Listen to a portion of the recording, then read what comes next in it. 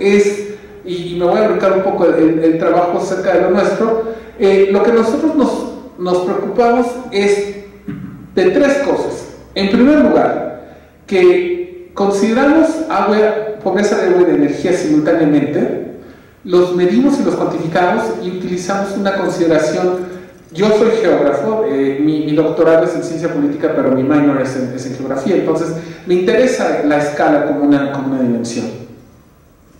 Entonces lo que hicimos fue que analizamos esto utilizando 4 mapeos. El primero fue con EDI, calculamos un índice de desarrollo de energía utilizando una medida compuesta de consumo de energía per cápita, de consumo de electricidad, de digamos, ¿cómo se dice fuels? Bueno, de combustibles, y qué tanta población tiene acceso a electricidad. En el WPI lo que hicimos es que utilizamos 5 medidas que fueron acceso a los recursos en sí mismo, capacidad administrativa, uso y medio ambiente, y luego utilizamos un MPI, y ahorita lo que les voy a enseñar van a ser precisamente los mapeos globales que hicimos. Ahora, ciertamente yo trabajo en un departamento de administración pública, pero me interesa los problemas globales de la política pública. Entonces, lo que les voy a enseñar no es el análisis de escala subnacional en México, sino el análisis global. Si ustedes ven el análisis de WPI como lo calculamos nosotros, ustedes se darán cuenta de que en realidad la pobreza de agua es mucho mayor que lo que les enseñan los mapas de índices de escasez de agua. Entonces, esa es una de las contribuciones que tiene nuestra investigación. Nosotros demostramos que en realidad hay mucho mayor pobreza de agua en el mundo de la que se asume. Por ejemplo, en realidad en Canadá se supone que no tenemos tanta pobreza de agua, y como pueden ver ustedes, es un país que también está siendo afectado por pobreza de agua. Tenemos un problema más grave con pobreza de energía, porque si ustedes se dan cuenta, tenemos muy buenos datos en materia de pobreza de energía en Sudamérica y en África, pero no lo tenemos en el resto del mundo. Entonces, para diseñar políticas globales, por eso es por lo que es estúpido tratar de seguir los objetivos del milenio, porque en realidad la disponibilidad de datos mundialmente y la posibilidad de mapearlos es completamente heterogénea.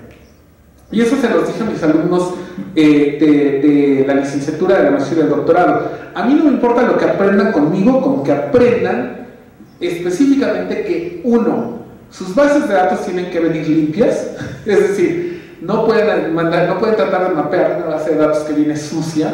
Dos, tienen ustedes que aprender la heterogeneidad de los sistemas, no pueden aplicar políticas públicas en Oaxaca de la misma manera que les aplican en Aguascalientes, de la misma manera que les aplican en Monterrey. Y tres, el análisis espacial les puede ayudar precisamente a romper con esos mitos. Hay muchos mitos sobre, por ejemplo, los objetivos del milenio, sobre el acceso al agua.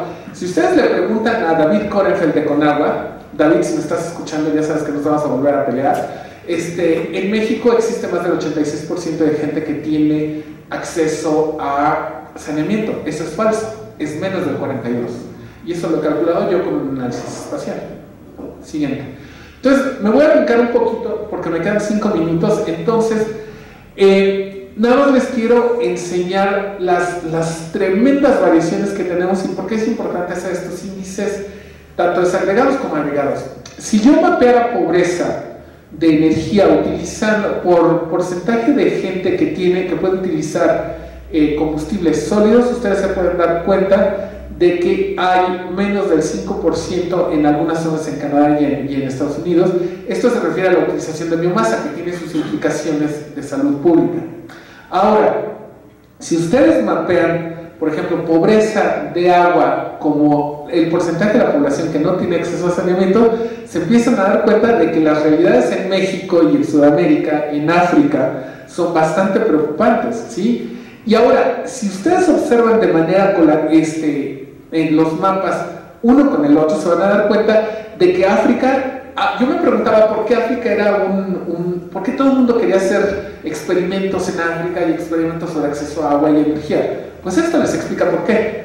Porque si ustedes analizan los indicadores de pobreza de agua y de energía, la zona africana es la más afectada. Ok. Me voy a brincar los thresholds porque la verdad se me va a acabar el tiempo y no quiero que se me acabe el tiempo. Entonces, me interesa más bien enseñarles cómo mapeamos el índice compuesto de pobreza de agua y de energía. Lo que hicimos fue que hicimos un mapa global y si ustedes se dan cuenta, hay zonas, de nuevo, en África y sobre todo en el cono sur, donde realmente son zonas problemáticas. ¿Qué es lo que les quiere decir eso a ustedes? Aún cuando sean mexicanos, y bueno, ya cuando tengan los mapas de México se los enseño, que en realidad es importante la intervención en África. Esto les explica por qué intervenir en África, porque son zonas en donde la pobreza de agua y pobreza de energía están simultáneamente presentes. Tiene tres implicaciones importantes esto para el desarrollo internacional. Uno, que las poblaciones que son simultáneamente pobres de agua y de energía existen en México. El profesor Sáenz me acaba de comentar de una en Jesús María, que es cerca de donde nosotros vivimos en Aguascalientes. Uno, pueden ser afectados por efectos cumulativos o compuestos. Es decir, ya se ha demostrado que las personas que son pobres en general toman malas decisiones. Y toman malas decisiones porque no tienen la capacidad cognitiva de tomar buenas decisiones. Imagínense si además de la pobreza económica son pobres de agua y de energía. Dos, el indicador WEPI que estamos calculando puede potencialmente informar decisiones de política en el área de desarrollo internacional, para aliviar a estas comunidades. Y un índice más sofisticado nos permitiría determinar intervenciones sistémicas en las escalas nacionales y subnacionales. De nuevo, aquí les presenté nada más la parte global, pero esto tiene implicaciones nacionales que estamos calculando en Sudáfrica, Ruanda, Ghana, México y Canadá. Adelante, y creo que me quedan como 30 segundos. Entonces, en el futuro lo que estamos haciendo en este momento es, estamos utilizando diferentes indicadores compuestos. Un problema muy grande en análisis geoespacial, por favor, no lleguen y le digan a su geógrafo, mapeame esto en GIS, o sea, ustedes tienen que resolver primero los problemas de las brechas de datos y, sobre todo, necesitan ustedes darse cuenta de que si no están los shapefiles, si no están correlacionados con sus bases de datos porque están sucias, entonces van a tener más problemas. Estamos tratando de conseguir financiamiento para hacer casos de estudio a nivel subnacional y a nivel comunidad, y estamos trabajando en las implicaciones para la solución simultánea, porque podemos resolver pobreza de agua y pobreza de energía, pero todavía no podemos resolver artesanas. Muchas gracias.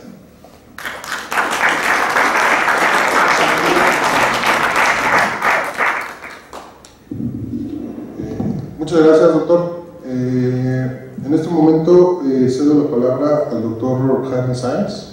Doctor. Muchas gracias. ¿Sí se escucha?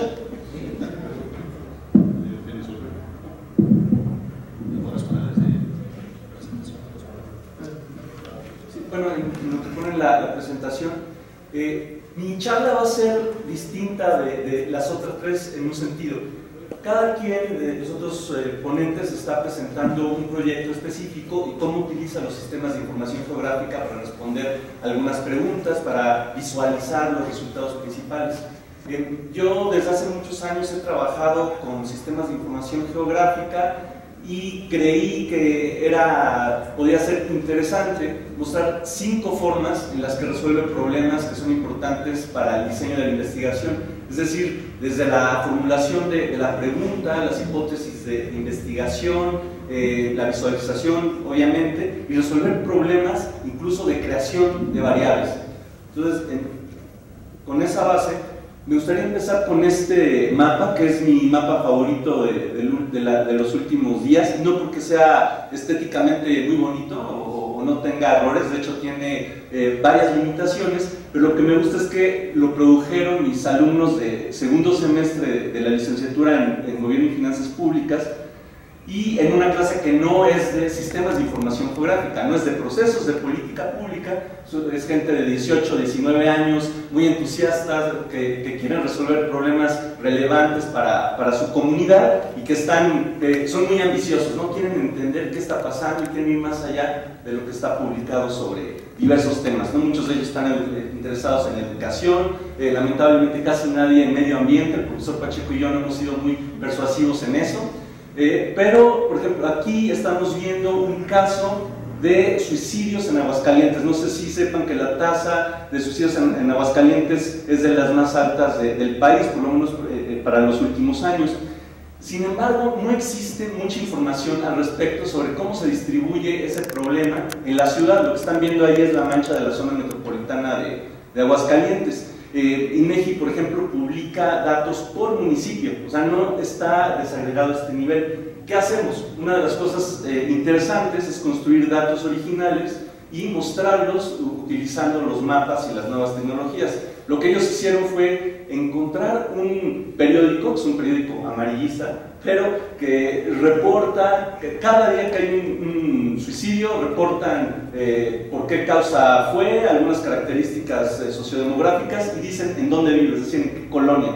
Ellos peinaron estos periódicos de 2011 a 2014, construyeron una base de datos, encontraron una cobertura de SIG de colonias, le asociaron a cada observación, que la observación es un suicidio, la clave de la colonia y así pudieron mapearlo. Entonces los polígonos que ven ahí son colonias y las intensidades, ¿no?, de color claro a rojo intenso es el nivel de suicidios. A mí lo que me gusta es que en un primer análisis no parece haber un patrón muy claro, no parece estar distribuidos en toda la zona metropolitana, salvo la parte quizá noroeste, que por cierto es una zona de clase alta, ¿no? Eso quiere decir que hay menos suicidios en la clase alta de Aguascalientes, o por lo menos son más hábiles en no permitir que los periódicos amarillistas lo publiquen, ¿no? En la zona oriente hay como 12 colonias, todas pegadas, es como el clúster más identificable, donde hay suicidios. Eso, aunque quizá anecdóticamente se sepa, me parece que esta sería una de las pocas evidencias que hay de cómo se distribuyen los suicidios en Aguascalientes espacialmente. Los puntos que ven de azul claro son las clínicas privadas y los de azul marino son las clínicas del Estado. ¿Por qué también incluimos eso? Que por cierto esto consiguieron las direcciones, sacaron las coordenadas del Google Earth y así pudieron mapearlas aquí, ¿no?, utilizando otra vez la herramienta de los SIG. La propuesta aquí es hacer un programa de atención a los suicidios que esté distribuida geográficamente donde más suicidios hay. Y si lo notan, la mayoría están distribuidas en el centro y oeste, y es en el este donde hay mayor problema de suicidio en la ciudad. Es decir, esta estrategia tendría la dificultad de que por lo menos las clínicas, la infraestructura no está en esa zona. Este problema es más grave de lo que podemos ver en este mapa, porque por cada suicidio hay más personas que han intentado suicidarse sin lograrlo, más personas que han planeado hacerlo sin llevar manos a la obra, y más personas que tienen un problema de depresión que está clasificado patológicamente como enfermedad mental, ¿no? Entonces este problema es muy grave y me entusiasma que los alumnos hayan producido esto, ¿no? Son segundo semestre, 19 años, ¿no? 18, 19 años. Bueno, eso fue simplemente visualización y sugiere varias cosas, no solo para un proyecto científico, sino incluso de políticas públicas. Yo lo he usado mucho simplemente para ver patrones espaciales, de la misma forma que vemos una serie de tiempo y queremos ver alguna tendencia en algún periodo, también podemos hacer lo mismo usando la geografía, ¿no? Imagínense ustedes ver los datos de 2.500 municipios, una tabla en Excel o en Stata o en lo que sea, sobre la cobertura, la conexión, el porcentaje de hogares que está conectado a la red de agua potable. No podrían ver el patrón, en cambio lo mapeamos aquí, ¿no? En el azul vemos la conexión a la red de agua potable, el porcentaje, y del lado izquierdo el mapa verde muestra el porcentaje de hogares por municipio que tiene acceso diariamente. Es decir, van a ver que no coinciden perfectamente. Por ejemplo, ahí La Paz, Los Cabos, a pesar de que tienen entre 80 y 100% de conexión a la tubería, no tienen agua diariamente. Y muchas veces en trabajos académicos, en los reportes de política pública, en lo que nos fijamos es en la cobertura, si estoy conectado o no, pero no todos tienen el flujo con la misma continuidad, ¿no? Hay problemas de tandeo, que se descompone la bomba en la colonia Moctezuma, que está por el aeropuerto del DF, y en fin, todo ese tipo de cosas, dependiendo de la escala, lo podemos visualizar, ¿no? Por ejemplo, el profesor Pacheco mostraba por países. Cuando él tenga su financiamiento y pueda hacer estudios de casos, va a poder mostrar mapas subnacionales como el que tenemos para México, porque esos son datos del censo, ¿no? Pero no tenemos eso para otros países. Ahora, eso es solo visualización, ¿no? Y nos sugiere qué variables dependientes podemos escoger para un estudio. También podemos hacer algo más allá, que yo llamaría creación de variables. Ahí lo que estamos viendo, los puntos azules, son más o menos como 6.000 y tantos, 6.500 puntos. Cada uno es una industria que reporta una base de datos de la Semarnat que se llama Registro de Emisiones y Transferencia de Contaminantes. Todos los que pasen cierto umbral de contaminantes metales pesados tienen que reportar al RETSE.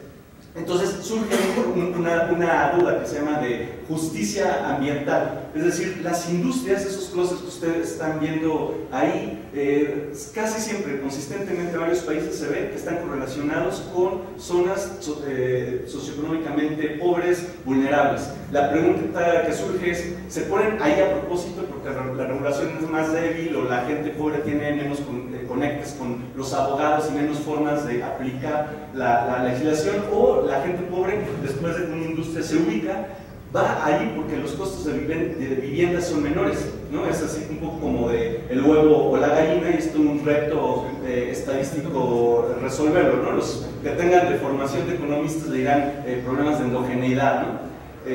Nosotros, una colega de Economía de Región Centro, Lopamura Chacaborti y yo, tenemos un primer acercamiento donde estamos creando variables que no las pueden ustedes bajar del censo, sino que utiliza el sistema de información geográfico para generarlas. Ahí lo que ustedes están viendo pues no es un análisis de econometría espacial, no es nada sofisticado desde el punto de vista espacial. El mérito está en la creación de las variables. Lo que tengo ahí como explicativas resaltadas de amarillo, por ejemplo, la densidad de la población es densidad de población por AGEF, el área estadística básica de la que hablaba el profe Ramírez hace un momento. Eso tal vez lo encuentren por municipio, pero si no tienen un SIG no van a poder estimar la densidad por AGEF, incluso lo podrían hacer hasta por manzana, ¿no? La manzana tiene un área, tiene un número de gente y podrían estimar densidades, que es importante para este tema. Por ejemplo, la distancia a los caminos también es relevante, necesitan un sistema de información geográfica, o el número de industrias que hay a diferentes escalas. ¿No? Tal vez se encuentren por ahí número de industrias que reportan a RETSE por municipio, pero no la van a tener por AGEF. O supongan ustedes que tienen duda de los niveles de contaminación al agua por cuenca. Entonces ustedes consiguen una cobertura georreferenciada por cuenca, microcuenca, la escala que ustedes quieran, y lo estiman el número de industrias con esos límites, ¿no? Todo esto sería imposible si no tuviéramos estas herramientas. Adicionalmente pueden hacer test de robustez, es decir, si diferentes especificaciones modifican sus resultados. Esos círculos que están ahí son los buffers, ¿no? Son espacios de 1 kilómetro lejano de la industria, para ver si los que están más lejos también están relacionados entre tener nivel de pobreza y estar cerca de una industria, ¿no? Aunque ya no sea tan barata la vivienda, porque ya están más lejos que las que están en la vecindad de la industria, ¿no? Entonces esto es creación de variables. Otro punto es, esto no es un trabajo mío, sino de un colega, sobre todo de la División de Economía y Región Centro, que hacen mucho estudios urbanos. Esto sirve para obtener datos donde la recolección oficial no existe o es deficiente. En México tenemos, por lo menos para 2010, cualquier persona puede bajar datos del censo por manzana. En otros lugares no es así, ¿no? Entonces podemos utilizar las imágenes satelitales y ver cómo crece una mancha urbana a través de los años, aunque no haya datos, no haya un censo como el de México, ¿no? Aquí me voy un poco más rápido.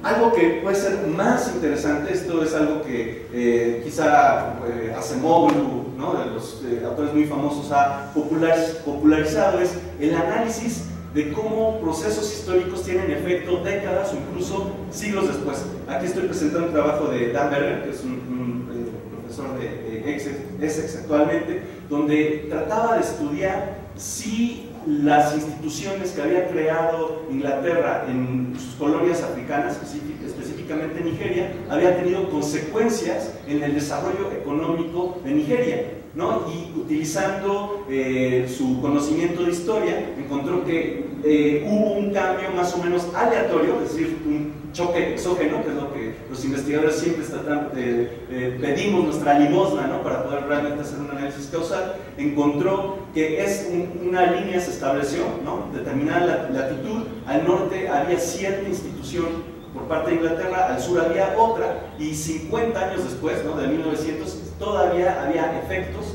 de la construcción de burocracia que hubo al norte de esa línea de latitud, en contraste con el sur, resolviendo un montón de problemas que se encuentran cuando se comparan instituciones y desarrollo económico de países en lugar de hacerlo subnacionalmente, ¿no? Esto fue una buena estrategia que difícilmente hubiera sido posible sin utilizar los datos espaciales.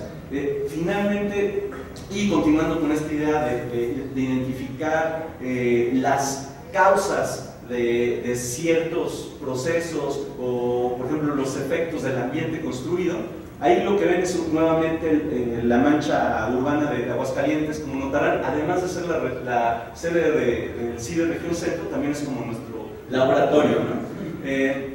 Ahí verán, en el oriente hay una línea verde, es un parque, se construyó a partir de 2010, más o menos durante 2 años, su parque lineal, 12 kilómetros.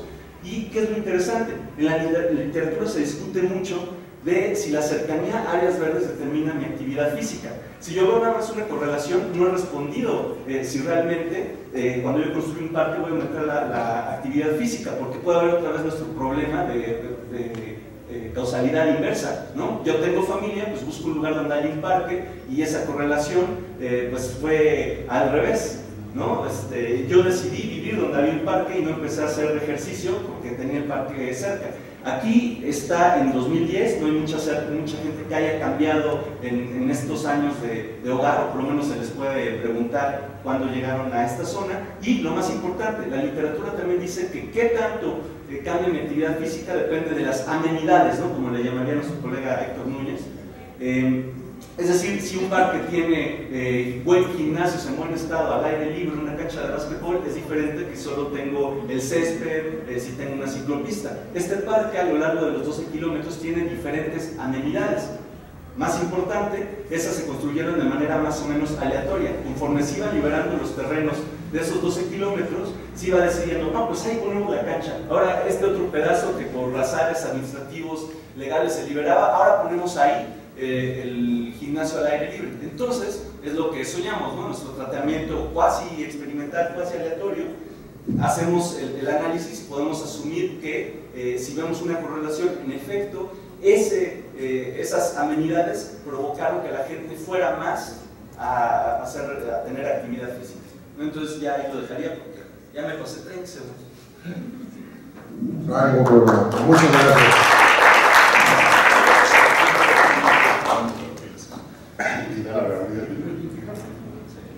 Bueno, en este momento cedo la palabra al doctor Carlos Villalta. Doctor, por favor. Gracias, muy buenos días tengan todos. Buenos días ya en la frontera con las buenas tardes. Primero que todo, un agradecimiento a todas las personas que nos vienen a visitar el día de hoy. Quiero agradecer en especial al profesor Alfredo Ramírez, que siempre ha colaborado de forma muy cercana con el MIAX. Lleva varios años empujando el tema de sistemas de información geográfica y creo que estamos logrando tener algunos impactos al respecto. También quiero agradecer a Raúl y a Jaime por acompañarnos desde Aguascalientes a compartir sus investigaciones, sus sugerencias para estudiantes, lo que van acercando en términos de docencia. Y también quiero agradecer al equipo del VIAX por poner todo junto para que pudiéramos reunirnos el día de hoy. Bueno, dicho lo anterior, mi presentación es más aburrida que las anteriores. Lo que voy a hacer es realmente presentar los resultados de dos teorías aplicadas a seguridad pública para efectos de predecir el comportamiento criminal en el área metropolitana de la Ciudad de México. Y la forma en que se realiza esto es precisamente a través de análisis espacial. Se realiza a través de análisis espacial porque lo que voy a mostrar es evidencia de que el lugar o la localización sí importa. Más allá de la composición socioeconómica y demográfica de las personas, el contexto local sí puede determinar o contribuye a la explicación parcial de los comportamientos, en este caso, criminales. ¿Por qué este estudio como tal? Perdón, que viene en inglés, lo que pasa es que lo presenté hace exactamente 30 días en Estados Unidos, entonces perdón por los cochismos, pero voy a estar presentando algunos de esos resultados. ¿Por qué este estudio en particular? Básicamente ustedes seguramente han estado al pendiente de que estamos teniendo un incremento importante en las tasas de delincuencia en el área metropolitana de la Ciudad de México, específicamente en el área conurbada de la Ciudad de México. Entonces hay una preocupación también cuando juntamos esta información con otra información que tenemos de encuestas de población en ejecución a través del tiempo, en donde estamos viendo que los factores de riesgo del comportamiento criminal de las personas vienen aumentando en el tiempo, desde 2002 a la fecha. Entonces, pareciera, no hay que, digamos, esto es especulativo, pero pareciera que estamos teniendo un caldo de cultivo social, criminológico, que si no revertimos en temas o a través de acciones de política de prevención social del delito, con puro patrullaje o política policial, esto no se va a poder resolver. La forma ideal de entrar a estudiar esto es primero probando teorías o probando explicaciones que ya se han desarrollado y que tienen mucha capacidad o potencia explicativa. ¿Para qué? Para efectos de encontrar cuáles son las soluciones, qué es lo que deberíamos de hacer. Entonces lo que voy a mostrar son los resultados de dos pruebas, de dos teorías en una misma prueba, una prueba simultánea, que se han utilizado en el área de seguridad pública, de comportamiento criminal, en geografía del crimen específicamente, y que son las teorías de desorganización social y de anomia institucional. Utilizamos en este caso sistemas de información geográfica y específicamente una técnica llamada regresión geográfica ponderada, la cual atiende uno de los fenómenos propios de la espacialidad de los comportamientos, que es la heterogeneidad espacial. La heterogeneidad espacial lo que significa es que las variables entre X y Y o X y Y y Z son variables como tales en el espacio, que donde encontramos relaciones positivas entre variables en un lugar, en otro lugar pueden ser relaciones negativas. Entonces les voy a mostrar evidencia de lo anterior. Y el primer paso es una prueba general y es predecir, con base en estas dos teorías, las tasas de criminalidad generales o de todos los delitos, no homicidios, no específicamente robos, no específicamente lesiones, sino en general para todos los delitos. Rápidamente, ¿cuáles son las teorías? Los mecanismos causales que operan aquí en desorganización social, pues hay estructuras, procesos y un efecto. Las estructuras, como están formuladas en Estados Unidos, es básicamente bajos niveles de estatus socioeconómico, movilidad residencial, afectaciones como familias no tradicionales, disruption, ¿no?, de las familias, comportamientos, rutinas, heterogeneidad étnica, pueden dirigir a grupos de adolescentes que no tienen supervisión, no están supervisados por estas familias, no están supervisados por personas que viven en estas colonias, y hay una baja también participación cívica. Se genera un proceso llamado ineficacia colectiva, no hay un cuidado o un comportamiento propio entre nosotros, y esto nos lleva eventualmente a comportamientos antisociales, vandalismo y eventualmente a comportamientos criminales, ¿no? Anomia institucional también es una macroteoría, también se utiliza, tiene cierta relación o parentesco con desorganización social, pero tiene un cambio diferente en que integra o incorpora variables de gobernabilidad. Básicamente lo que predice es que en aquellos lugares en donde hay una baja supervisión del gobierno o hay una baja también, digamos, participación cívica en labores de gobierno, van a haber bajos niveles de capital social, van a haber altos niveles de anomia institucional, y eso nos va a llevar de nuevo otra vez a comportamientos antisociales y a delincuencia. Básicamente, la tesis central de esta teoría es que en la sociedad hay presiones anómicas, en donde nosotros queremos, por ejemplo, tener éxito monetario, no hay medios suficientes para lograr ese éxito monetario, y en consecuencia recurrimos a medios ilegales o para la delincuencia, ¿no? ¿Cómo se hace esta prueba? Básicamente se elige correlación